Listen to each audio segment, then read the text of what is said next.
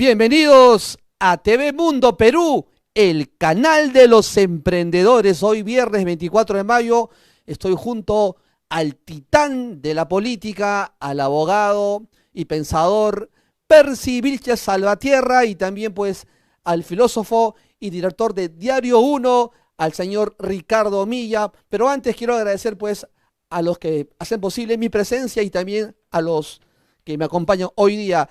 Al partido político Cambio Social, fundado por empresarios de Gamarra a nivel nacional, pensando en el Perú, buscando la paz social, un partido que te cambiará la vida a todos los peruanos. Carlos Guevara Estela, su presidente, y a todos los emprendedores de Gamarra, y también a Ternos Docran, a Pisco Campo de Encanto, Pisco Baltasar, Hotel Zucali y a Casa Andina de Arequipa.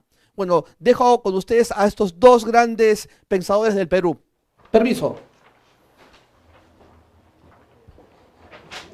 Muy bien, buenas tardes. Una vez más, en hora 5 vamos a dialogar ampliamente de los incidentes más resaltantes, importantes de esta última semana. Así que empezamos ya mismo. Bien, muy buenas tardes con todos. Muy buenas tardes, Percy. Bueno, y también agradecer el espacio a TV Mundo.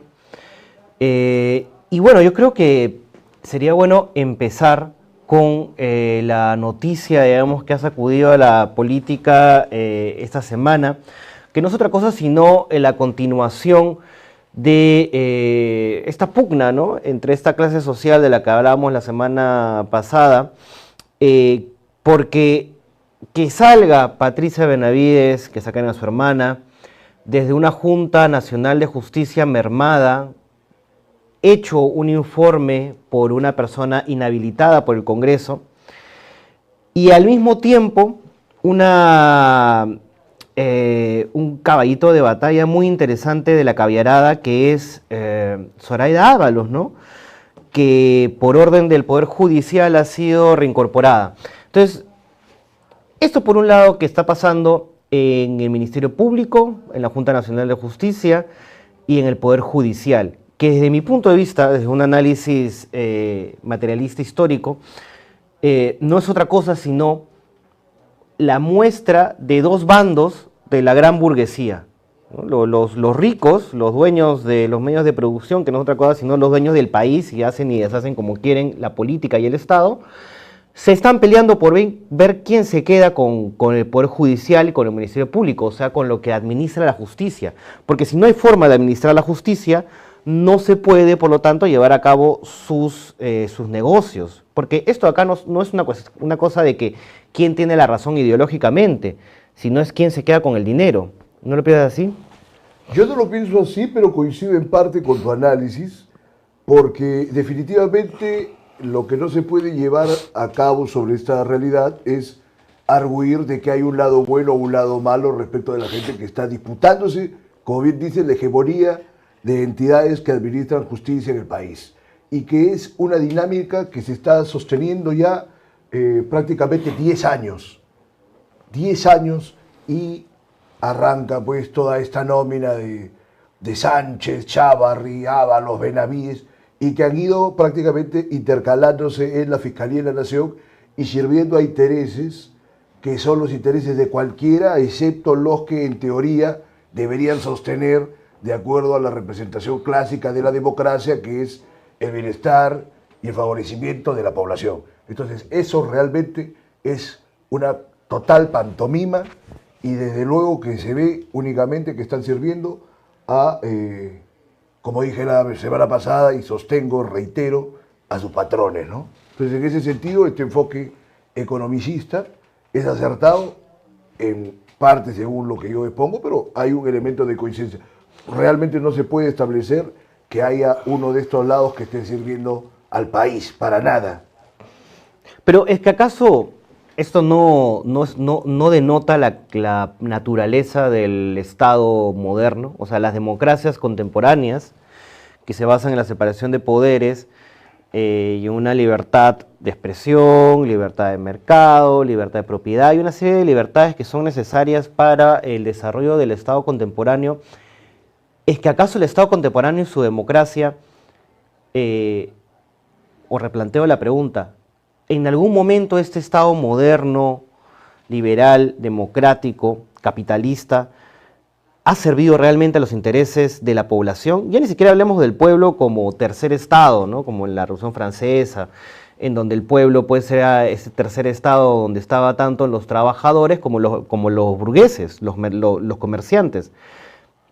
Hoy día ya ni siquiera uno podría llegar a decir, bueno, es que este Estado realmente favorece al pueblo, ni siquiera a la población, porque si uno ve la clase media, incluso la clase media acá en Lima, se han sobrevivido o se han mantenido en su capa media, no gracias al Estado, sino a pesar del Estado. O contra el Estado. O contra el Estado. Y evadiendo los impuestos, evadiendo cuantas cosas que realmente se da una suerte de embudo en el que, como lo hemos comentado también, es importante que esto siempre se mantenga en primer plano. Hay una serie de favorecimientos tremendos a grandes empresas en asuntos de exenciones tributarias o de falta de fiscalización, en tanto que a los pequeños emprendedores, francamente, pues se lanzan con un ánimo más de lobos que de representantes públicos. Entonces, eso sí me parece pertinente. Ahora, lo que corresponde, estás haciendo una indagación muy profunda y que pone realmente en tela de juicio el estado de la democracia en este momento. Y realmente la teoría de estas concepciones que nos indica de que deben darse todos estos principios como la separación de poderes, que es fundamental para una democracia, digamos, de un orden liberal, ¿no? Dado después de la Revolución Francesa, pero esto no se cumple nunca, por lo menos en el Perú. Ahora, el siguiente planteamiento sería, por eso es que debe aniquilarse esa forma que está sustentada en la Constitución y que es una tradición en nuestra historia constitucional, e implementarse una nueva, o luchar porque realmente exista esa democracia propuesta en teoría durante los últimos 203 años y que realmente no se ha puesto en práctica sino por unos intervalos absolutamente mínimos, ¿no? Y además que hay una cuestión interesante en todo esto, ¿no? De que nuestro Estado y nuestra Republiqueta Criolla en 200 años lo que ha hecho es continuar, o mejor dicho, cambiarle de nombre a las clases sociales, ¿no? Sin entrar en tecnicismo, lo que podemos ver es que si es que antes estaban los nobles españoles y criollos, después todo pasó a manos de unos seminobles, semiburgueses durante hasta Velasco, ¿no? En Claro. la que recién podemos hablar de una burguesía ya más formada, financiera, que se empieza a globalizar. Pero volvemos a lo mismo, el Estado, que supuestamente es un Estado que nos debería hacer libres e independientes y buscar la realización de toda la población, no se cumple. Más bien parece que nuestro Estado, igual que los estados de nuestra región e incluso de Occidente, más parece un centro de administración de los negocios de los ricos. O sea, Patricia Benavides es destituida por una Junta Nacional de Justicia que, muchos dicen, pertenece a la caviarada. Pero la caviarada, estos liberales que defienden el modelo liberal clásico, que tiene todas estas formas morales de decir que están a favor de los derechos, de los vulnerables, etcétera, etcétera, no es otra cosa sino la defensa del capital financiero. Porque ya sea Verónica Mendoza, o ya sea Julio Guzmán, ya sean los caviares de izquierda, los caviares de derecha, defienden un mismo modelo y ellos se creen los puros. Y por otro lado, tenemos a la Bane, ¿no? A Patricia Benavides, que groseramente intervino en procesos para presuntamente pues beneficiar a su hermana y a otros fiscales, jueces y demás ciudadanos. Entonces, no estamos acá ante la lucha del bueno y el malo, como bien has indicado, Percy, sino estamos ante dos bandos que quieren ver cómo se reparten la torta. Los caviares nos quieren decir que con la restitución de Soraya Ábalos y con la destitución de Patricia Benavides, ya estamos caminando hacia la democracia y la liberación del pueblo. Y por otro lado tenemos a la derecha bruta chorada, al fujimorismo, a esta parte conservadora, a esta burguesía que se usa al Estado y usa presuntos ilegales para posicionarse. Entonces no estamos acá, o mejor dicho, el pueblo como tal, el pueblo trabajador, no tiene vela en este entierro. Mal hacen estos izquierdistas en pedirle al pueblo que salga a defender una Junta Nacional de Justicia totalmente a los intereses de los grandes capitales. Y mal también hacen, evidentemente, los derechistas en pedirle al pueblo que defiendan actos de corrupción abiertos. El pueblo, como bien lo estaba señalando, prácticamente acá no tiene nada que hacer. Los intereses del pueblo, de la población, bueno, para no insistir en ese concepto que fue tan manipulado bajo el régimen de Castillo, ¿no?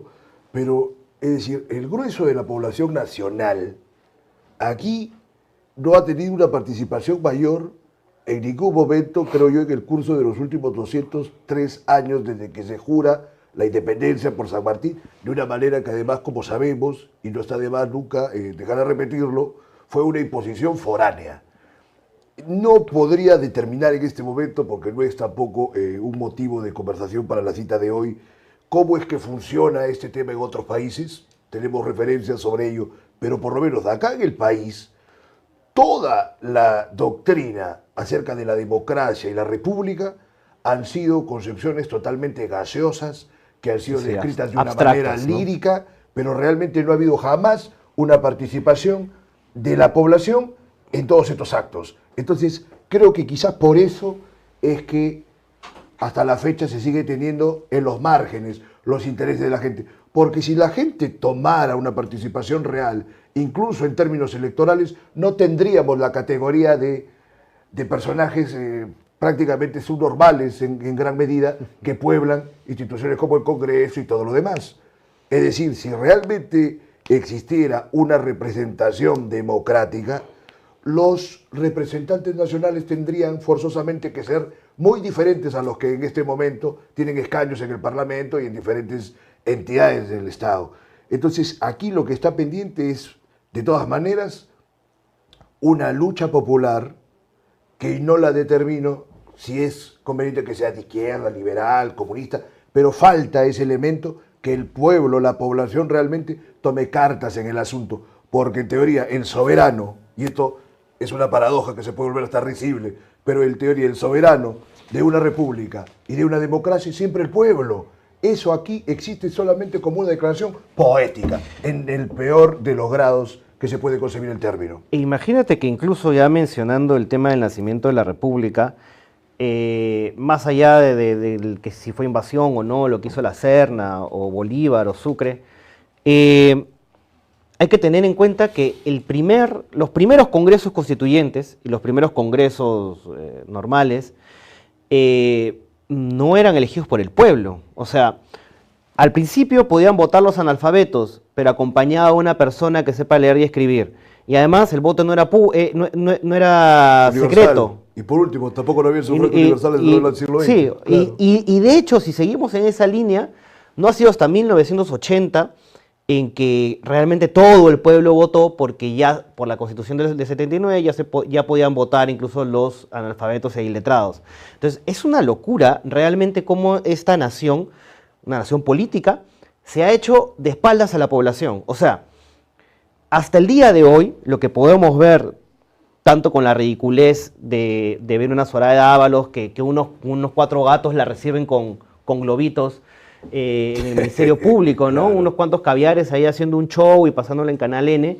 Y por otro lado, bueno, que ahorita, digamos, es como que el contraataque caviar, ¿no? Los caviares vieron cómo se había mermado la Junta Nacional, vieron cómo se podía haber mermado la OMP, el Jurado Nacional, ya saben que habían perdido el TC, entonces, ¿qué han hecho? Han remitido totalmente con esto, en lo cual pueden tomar, digamos, de las partes a sus enemigos. Claro. Y al final lo que van a hacer es negociar, porque, por poner un ejemplo un poco quizá anacrónico, en 1991 uno tenía a un Gorriti que saludaba las medidas económicas de Fujimori. O sea, es una persona que está totalmente a favor del Estado neoliberal, o sea, un Estado desmantelado que lo único que sea es un pequeño administrador de los bienes de la propiedad privada de unos cuantos ricos. Entonces, si es que uno ve, tanto la izquierda como la derecha, más allá de los intereses ideológicos, responden intereses de clase, y de una clase que siempre ha estado de espaldas a la población. O sea, Y también yo pregunto, ¿no, Percy? También la población no puede, o el pueblo, o los trabajadores en última instancia, ya que somos la mayoría, es muy difícil organizarse en partidos políticos, porque los partidos políticos lamentablemente funcionan como clubes, en los cuales necesitas una cantidad de dinero impresionante, y que cuando ya se pueda crear, se basan pues en intereses ya ni siquiera de clase, ya peor todavía, intereses personales y deseos. Y eso es un gran problema en todos los partidos políticos, incluso en el único partido político que podamos ver del pueblo, que puede ser Perú Libre, incluso ese partido tiene esa contradicción de tener en su seno o haber llevado en su seno a gente que es totalmente repugnante, ¿no? Como la actual presidenta de la República. Es que es el sistema político, pero además también habría que recordar, o sea, la sociedad humana es imperfecta, ¿no? Es como cuando se quejan a veces los que frecuentan las iglesias, dicen, oye, pero están estos depravados en la iglesia. Creo que incluso en la propia Biblia se habla de que no hay ninguna de estas entidades que pueda ser perfecta, ¿no? Dice, incluso si hay una iglesia que es perfecta, desde que tú estás dentro de esa iglesia, ya hay una imperfección, porque no hay nadie que sea santo. Entonces, los partidos políticos no pueden excluirse de este condicionamiento de la humanidad en general. Pero es sí algo grave que de la forma en que están organizados los partidos políticos, el sistema de los partidos políticos realmente promueven cualquier tipo de intereses y formas de especulación de sus integrantes, excepto los de sus militantes. Ahora, tú sabes, y creo que cualquiera con dedo de frente, cuántos de estos supuestos partidos, porque se les dice partidos porque han logrado una inscripción, pero realmente no tienen ideologías, no tienen programas, incluso no tienen ni siquiera propuestas. Escoges a los 5 representantes más importantes de cada partido y haces una confrontación real de cuál es su entendimiento del país, de los problemas y de las condiciones por las cuales ha llegado hasta este momento histórico, y realmente, salvo uno entre 100, por dar una idea, va a tener por lo menos una noción de todos estos conceptos. Por ejemplo, no tiene ninguna idea. Alguien como Vladimir Cerrón, más allá de que compartas ¿no? sus ideas o su postura, Vladimir Cerrón, y lo reconocen sus enemigos, es alguien que sí sostiene esto de acá. O sea, más allá de que yo quedaría, así siendo yo de izquierda y admirador también del camarada Vladimir Cerrón y de otros izquierdistas socialistas, yo estoy totalmente a favor que la derecha, los liberales, incluso los conservadores, claro, reaccionarios, tengan ese nivel de entendimiento de la economía, de la política, de los juegos geopolíticos. Y ¿sabes qué? Y acá para anotar una cuestión de los partidos políticos, y también quisiera saltar al tema de Flor Pablo, que tiene este partido caviar nuevo, que intenta hacer pues el nuevo partido morado, el cual se llama Junto a la Gente, claro, una cosa así, no me acuerdo cómo se llama, Lo Justo, que a Flor Pablo se le acusa justamente de hacer proselitismo en semanales de representación, cosa que no solamente lo ha hecho ella, sino lo han hecho varios. El tema acá está en que, imagínate, o sea, como los partidos políticos juegan más como clubes, para aprovecharse de la población, porque todo el mundo en elecciones, todos están a favor del pueblo, todos están a favor de los intereses del trabajador, del obrero, el campesino, Pero la cuestión está, como bien mencionas, de que carecen de ideología. Lo que tú puedes ver en alguien como Flor Pablo, que al parecer tiene que usar dinero del Estado para hacer proselitismo y formar su partido, te denota de que esto se trata pues de un concurso de popularidad. En la democracia liberal el más popular es el que gana. Carecemos absolutamente de ideologías. Mal que bien el PPC tenía una ideología que era la doctrina social de la Iglesia. Tenías al menos a Lapra, que tiene una ideología izquierdista, socialdemócrata, antiimperialista. Tienes a Perú Libre, que al menos tiene la madurez y la valentía, a pesar de que muchos sus militantes no lo sean, de llamarse marxista-leninista y seguidor de pensamiento José Carlos Mariátegui. Entonces, lamentablemente, a lo que nos enfrentamos, y cada vez se agudiza más, es el alejamiento del Estado de la población.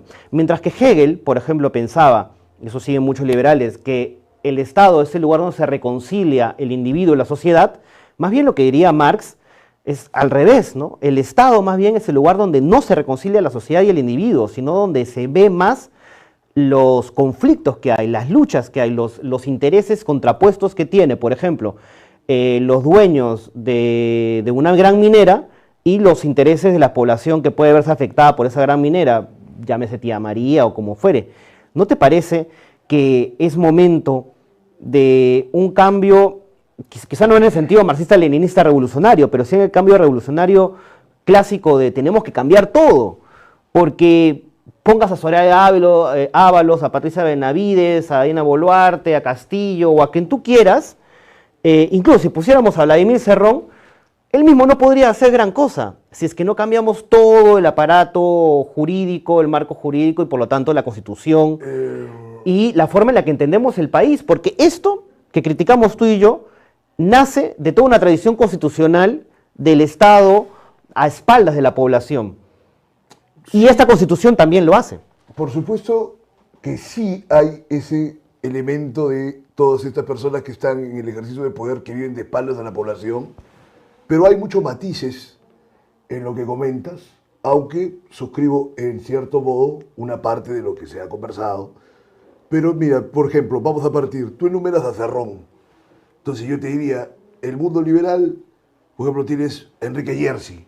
Ahora, dentro de la nómina de presidentes, y esto puede resultar polémico, enhorabuena que lo sea, porque he sido muy crítico de la persona que voy a mencionar, pero te digo, de todo el siglo XXI, el único presidente que ha tenido la calidad de estadista, independientemente de los bemoles que se puedan contrariar, que yo mismo los he sostenido y los sostengo aún en cuando corresponde, pero te hablo de Alan García. O sea, ¿cómo es posible que en 24 años que ha transcurrido este siglo, o sea, ya ha transcurrido prácticamente un cuarto de siglo, solamente se haya tenido a un presidente con la calidad de problematizar todos estos asuntos, que podemos discrepar incluso en cómo los ha entendido y otros elementos incluso mezquinos de su segundo gobierno, que fue exitoso también en cierta medida, ¿no? Como la doctrina del perol hortelano, e incluso una inversión de los propios valores que históricamente había defendido el aprismo, ¿no? Que es una cosa muy interesante. ¿Y a dónde voy con ello?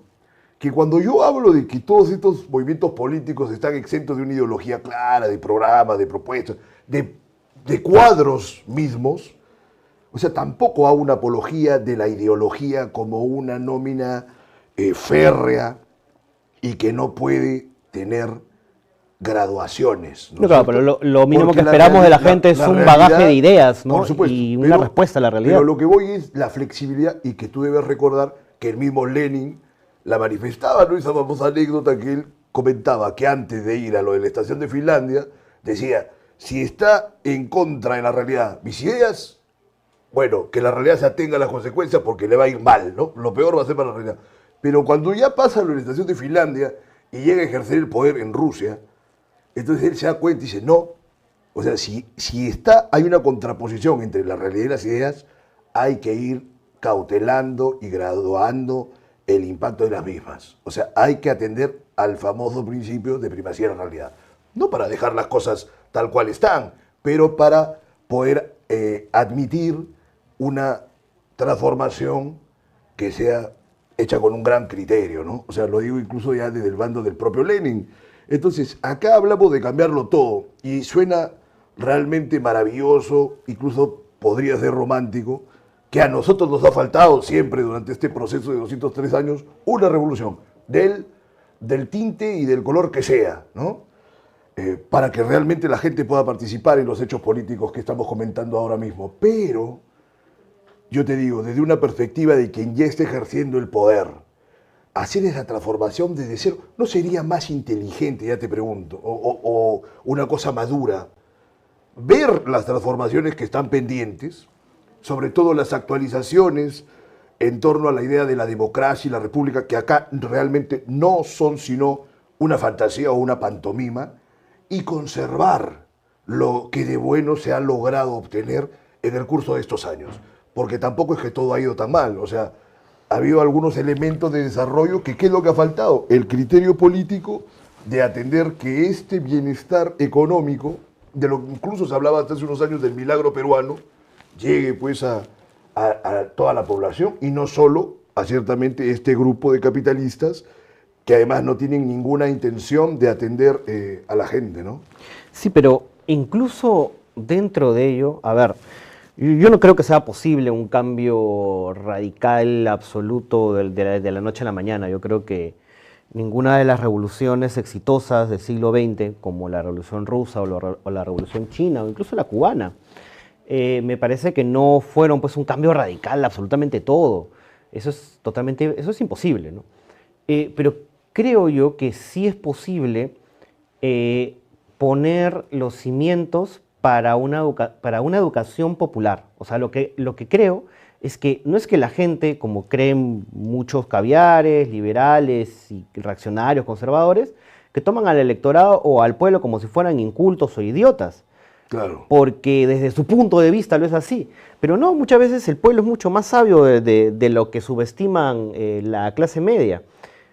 A lo que quiero llegar es que me parece que el pueblo no puede organizarse más y organizarse mejor porque tiene que ocupar su tiempo en sobrevivir, en comer, en estar con su familia, en llegar al trabajo, que te demoras 2 o 3 horas de ida y 2 o 3 horas de vuelta, porque el tráfico en Lima es un desastre, o porque te tienes que ir a otro pueblo, porque tienes que ir a enseñarle a 5 chicos a 4 horas de donde estás. Entonces, realmente, el problema, más allá incluso de todo el bagaje de estupidización que hay en los medios de comunicación y en las redes sociales, es que hay una urgencia de sobrevivencia que impide esta organización.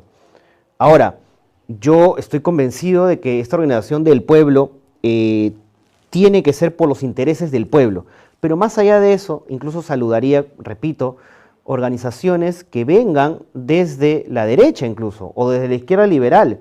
Lo que estamos viendo ahora es que estamos dejando, y digo estamos porque incluso me incluye a pesar de que yo milite en un partido de izquierda socialista, quizás no estamos haciendo los esfuerzos necesarios para poder hacer algo con esta toma ridícula, y digo ridícula porque es ridícula del poder que pasa en las narices de las personas, que a las personas no les importa nada, porque si es que hay algo que nos ha demostrado estos 30 años de la Constitución de Fujimori, es que las personas se pueden hacer ricas y pueden salir adelante y pueden pensar en sí mismas, a pesar del Estado, en contra de las autoridades y en contra y a pesar de esta Constitución. Por eso que la gente dice, ¿para qué vamos a cambiar la Constitución? Porque con esta o con otra, igual el Estado no me va a dar nada y yo lo voy a tener que hacer todo. Esa desidia, esa desesperanza de las personas es, creo yo, uno de los logros, uno de los mejores logros de la burguesía, de estos ricachones, digamos, ¿no? Porque la gente ya no quiere saber nada de política, pero la única manera de cambiar nuestra vida, de que pueda haber líneas de metro, de que pueda haber una organización de las empresas reales en la que se puedan distribuir mejor la riqueza, ya ni siquiera hablemos de ser dueños de la propiedad de los medios de producción ni de la abolición de la propiedad privada, ya ni siquiera de eso, de lo mínimo. Y si eso mínimo no se logra, pues vamos a seguir teniendo a Cuellos Blancos, y Zoraidas, y Caviares, y cómo se pelean con los fujimoristas, y cómo discuten en el Parlamento sin llegar absolutamente a nada, y la gente diciendo, como dijo hace poco un señor emolientero de La Victoria, diciendo, ¿para qué voy a hablar algo si a mí no me van a escuchar? Y no solamente no me van a escuchar, no me van a entender. Y la periodista no le entendía efectivamente, no, que acá todos vamos a poder por medio del diálogo llegar a algo, un acuerdo para todos juntos, y es no, o sea, la gente de arriba no nos escucha. Y es como que no saben cómo, digamos, lograr que se les escuche. Esto es curioso porque los emolenteros, si tú lo investigas, o si alguien lo investiga, están muy bien organizados en teoría. Sin embargo, pese a que tienen un cierto grado de organización para, digamos, sus intereses gremiales. Y muchos no ganan mal, ¿no? Claro, para estos intereses gremiales, mira, respecto de asuntos mayores que los intereses de su propio gremio, o sea, no representan absolutamente nada. Es interesante que lo hayas mencionado. Ahora, me gustaría que es comentes una situación algo muy complicada. Me gustaría ¿no? que comentes eso junto con el tema, para que no se me vaya de las manos, del tema de la demanda competencial del Ejecutivo sobre el TC, al TC sobre la Fiscalía y el Ministerio y sobre el Poder Judicial. Que estamos prácticamente también subidos en esta última década, en el que la separación de poderes pues se ha vuelto otra fantasía, un holograma. Hay intervenciones indebidas en todo momento. Pero antes de pasar a ello, quería puntualizar que toda esta gente indeseable que tú has mencionado, y los Juegos Blancos, y Soraya, y toda esta banda de gente, o sea, esa gente siempre va a existir, porque toda la vida ha existido dentro de cualquier estado bandas de gente, digamos, de lo peor, que han tenido participación en asuntos públicos. El problema es que se haya dejado ascender a toda esta gente hasta los términos más altos de todas las nomenclaturas estamentales del Estado. Entonces, es algo absurdo. Acuerda de Roma, ¿no?, las famosas aboliciones que hizo Cicerón a Catilina, ¿no? O sea, ¿hasta cuándo vamos a soportar un tipo de, lo peor, de la peor calaña? O sea, estamos hablando hace más de 2000 años y eso va a seguir hasta el último día. El tema es que un personaje como Catilina, pese a que era senador, no iba a ser pues un padre fundador de Roma. Entonces, porque si ahora tomamos a toda esta gente, prácticamente los padres de la patria son todos estos desalmados. Es realmente un infierno. Bueno, entonces yendo al tema de estos asuntos competenciales, tiene también una vinculación con este amparo en el que ha vencido Zoraida Ábalos y por el que ha vuelto a ser incorporada dentro de la nómina de los fiscales supremos. ¿Qué pasa? Que hay un marco de incertidumbre en torno a la exactitud de diferentes acciones que se tienen en todos estos estamentos, ¿no? Pero, por lo menos, dentro de las decisiones que se van tomando, deberían recordar los asesores de todos los involucrados en adecuarse a los lineamientos del sistema jurídico que está vigente. Entonces, cuando actúan de formas que no están sujetas a derecho, sucede lo que pasa con este tipo de demandas competenciales, sucede lo que pasa con este retorno de Zoraida Ábalos, que fue destituida por el Congreso, digamos, atendiendo a sus fundamentos y a las facultades constitucionales que le han sido atribuidas, pero no cumpliendo con los procedimientos establecidos, no estando sujetos a un debido proceso. Entonces, cuando se hallan estas fisuras técnicas, es que se pueden dar todas estas contradicciones y contravenciones en un orden procesal, como lo estamos viendo, ¿no? Pero digamos, claro, efectivamente, o sea, yo creo, y vuelvo al tema de la Constitución, esto acá es porque la Constitución es ambigua en el 117 sobre qué es lo que se puede acusar y qué es lo que se le puede investigar al presidente, porque ya con el antecedente de Pedro Castillo, prácticamente uno puede, el Ministerio Público puede investigar de cualquier cosa al presidente.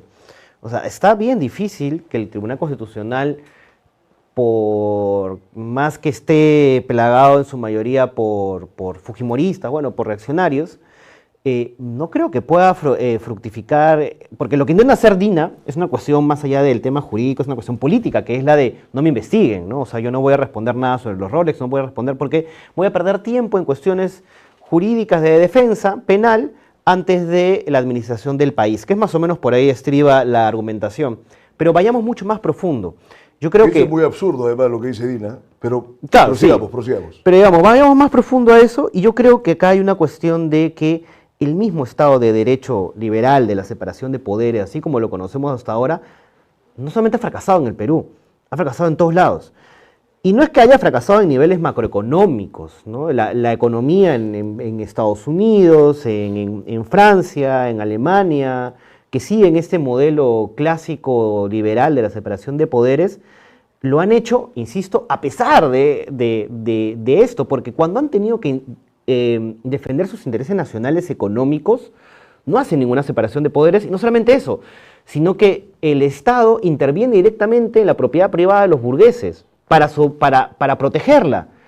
Y curiosamente, el país que no tiene separación de poderes, ni tampoco tiene Estado de Derecho, ni derechos humanos como lo entendemos en Occidente, es China. Y China, sin tener una separación de poderes, ya es la primera economía mundial. Y tenemos un país que se está convirtiendo en un monstruo en el que uno parece que están viviendo 100 años adelantado. Entonces, habría que cuestionarlo, pues cuestionarnos hasta qué punto la separación de poderes no es sino un floro jurídico, al fin y al cabo, de quién argumenta mejor, que es lo que muchas veces pasa en el mundo jurídico, de quién argumenta mejor en el mundo de las ideas, en el mundo abstracto, y no necesariamente en lo que funciona o en lo que es real. Algo que sí yo les doy no solamente su mérito en el mundo jurídico de los chinos por su tradición taoísta, sino también en la tradición del Commonwealth, del Common Law, perdón, de los anglosajones, ¿no? En Estados Unidos al menos tienen estos principios no escritos, pero nuestra tradición tan positivista, tan legalista, es como que no me importa si pasó en el mundo real, tú me lo tienes que demostrar en el papel. Y yo creo que en ese enfrascamiento de que quién puede argumentar mejor en el mundo de las ideas, tenemos locuras como que le permitan a Martín Vizcarra disolver el Congreso y que no pase nada, porque no me voy a no voy a hablar sobre el tema de fondo, y que después Pedro Castillo intente, ni siquiera lo haga, lo intente y termine detenido sin pasar por el fuero del Congreso. Al fin y al cabo, y esto es lo que yo creo que tanto, no solamente Marx, sino en el siglo XX Foucault, Deleuze y otros tantos filósofos desmascararon, que es, parece que ninguna instancia del Estado responde a los intereses de la población. Solamente lo hacen para que la población no se les venga encima. No olvides, pero por otro lado, el amplio margen de aprobación popular que tuvo Vizcarra en ese momento, que no varía para nada tampoco las cosas que hizo, pero habría que agregar otro elemento dañino a esta ecuación infernal. Y de las Fuerzas Armadas también, ¿no? Sí, pero el otro elemento es cuántos entre los intelectuales nacionales o entre los periodistas expresaron que Vizcarra había incidido en la realización de un golpe de Estado. La mayoría fueron una sarta de alcahuetes totalmente rendidos ante los efluvios y efectos de esta acción que fue realmente muy negativa, pero celebraron al famoso Salvador del Solar y todo el cuento. Porque lo que hacían era proteger una clase social, lo que hacían era los medios de comunicación defendiendo a la gran burguesía financiera, que era los que apoyaron a Vizcarra, que eligieron a los militares. Entonces, claro, totalmente, pero el poder es lo que estaba de espaldas a su propia condición y a su propio interés, porque Vizcarra era de alguna forma también el lumen de todos ellos, era una cosa horrenda, pero tuvo un amplio margen de aprobación, como estaba diciendo, ¿no? Y cuando lo sacan, mucha gente sale a protestar para que saquen a Merino. Pero incluso, y yo creo que hay una incongruencia en lo que dices, que con Pedro Castillo salió más gente todavía a protestar. Quizás no en Lima, pero sí en provincia. No es una incongruencia mía, sino de cómo lo fue asumida por los medios. Digamos, lo que ha quedado escrito. Yo creo que más que el poder popular en una democracia liberal, pesa mucho el poder de los medios de comunicación. A tal punto que manipula la historia y te hacen ver, como decía el Chato Hildebrand, dónde están los que protestaban contra Merino. Y es como que, bueno, están en provincia protestando, y vienen protestando desde hace 2 años. Que no los veas tú a chicos de clase media de Miraflores, porque yo recuerdo bien cuando marché contra Merino, yo salí desde el Arcomar, imagínate, con un montón de blancos marchando, ¿no? Entonces, que la pequeña burguesía no lo lidere no significa que no exista. Claro, pero eso tiene también un reverso, ¿no? Por ejemplo, decir, los muertos dados bajo las protestas contra Merino fueron elevados casi a una categoría de santos. Ajá. Los muertos dados en los diferentes regímenes que se han dado en todo este siglo, incluyendo al propio Castillo y a Vizcarra, yo no he visto que los consideren de una manera tan ostentosa y dolida en ninguna parte, por la misma gente que elevó a esa categoría. Y gente de izquierda, ¿no? Además, que supuestamente estaba a favor del pueblo y demás de eso. Y con eso quisiera cerrar. Chiki también tuvo, por ejemplo, ahora recuerdo, porque escribió un artículo en su momento, que hubo un paro agrario, hubo 2, 3 muertos. Sí. Absolutamente nada. Bueno, y con Sagasti, ¿no? Con Sagasti hubo más muertos que con Merino. También. Merino tuvo menos muertos, Sagasti tuvo más muertos y Sagasti se quedó bien ahí impoluto. Porque la gran burguesía financiera con sus medios de comunicación se encarga en instalar una verdad. Y a esto acá quería hacer 2 cosas, ¿no? Uno, una cuestión sobre lo que han otra vez dicho muchos reaccionarios sobre que los izquierdistas no pueden tener pues prácticamente dinero, ¿no? Porque han visto a que Sigrid Bazán ha hecho una boda típica de su clase social y la gente se queja, ¿no? Yo creo que deberían de entender que los que endiosan la pobreza se llaman cristianos, más bien los socialistas, ya sean caviares o comunistas. Pero Weber no te daría la razón en ese sentido, ¿eh? ¿Así? ¿Por qué? Porque la ética protestante pues ha robustecido Bueno, entonces la fortuna de los capitalistas. habría por lo menos a que, partir del habría que siglo XIX. reformularlo. Más bien son los católicos, ¿no? Los que exaltan el tema de la O pobreza. los franciscanos. Sí, ¿no? Hay un segmento Pero muy particular, ¿no? ellos al menos dicen que la pobreza es buena. Un socialista, incluso un caviar, ¿no? Te va a decir que la pobreza no es deseable, ¿no? Al contrario, justamente. Bueno, y también hay una Eso cuestión se lo ahí. puede decir un ignorante, ¿no? Hay una cosa equivocada y no hay gente que me dice, ¿por qué vives en Barranco? ¿O por qué has vivido en Surco o en San Borja? ¿Y por qué no vives en un cono Porque bebes vino. con el pueblo, ¿no? Y es como que, uno, porque no soy un alienado, ¿no? No me voy a ir a una parte no voy a hacer una apropiación cultural, ¿no? de algo que no es mi clase social ni mi cultura. Pero más allá de eso, yo creo que acá la cosa es quién tiene el poder y quién tiene el poder de decisión. Porque como hemos visto, la administración que hay ahora con Dina Boluarte están llenos, pues, me parece, de idiotas. Idiotas en el sentido más griego del término, ¿no? Como que están alejados de la Claro. población. Y de la población y de la comunidad científica, porque más allá de los pareceres ideológicos que uno pueda tener, sacar un decreto desde el MINSA para considerar a personas transexuales, a travestis, a niños con disforia de género, que ya no se llama ni siquiera disforia de género, considerarlos como enfermos mentales, ¿no te parece un exabrupto? Usando Sí. además el CIE-10, que es el manual de diagnóstico, que ya no está vigente hace 2 años o 3 años. Dos por lo menos, sí, claro. Y que realmente ahí la pregunta es que el Ministerio de Salud no tiene psiquiatras, psicólogos, porque tanto los psiquiatras como los psicólogos que no están en el MINSA se han quejado, no les consultan, no les preguntan, no googlean y buscan, no le preguntan ni siquiera a la inteligencia artificial. ¿Por qué crees que sea No esto de tiene acá? ningún Porque criterio. además hemos ido a reír de todo el mundo, ¿no? Más allá de si Claro. uno es homofóbico o no es homofóbico, es un tema de ciencia. Creo que ha tenido una respuesta más importante desde fuera que aquí mismo, porque ha sido pues un episodio bochornoso, porque se usa una terminología que está en desuso por lo menos 2 años. O sea, la propia Organización Mundial de la Salud ha eliminado ya esta consideración de trastornos mentales para las personas que integran este colectivo. Ahora, lo peor del asunto es que este decreto supremo estaba ampliando, digamos, ciertas facilidades de atención de este conjunto de gente. Pero, evidentemente, ese aspecto técnico y semántico tiene que variarse, ¿no? Porque es realmente una circunstancia infamante para todos los involucrados y devela lo que tú dices, o sea, la absoluta falta de criterio científico en quienes están encargados de velar por expedir estas normas. Esto es una competencia total del Poder Ejecutivo, que ha sido un decreto supremo, No ¿no? solamente eso, sino que hay una... A ver, el problema ahí de fondo es que si querían incluir a las personas transexuales, por ejemplo, a atenciones, usaban el CIE-11, el último, y en el que sí sale que hay un desorden que se llama algo así, si lo tradujéramos como,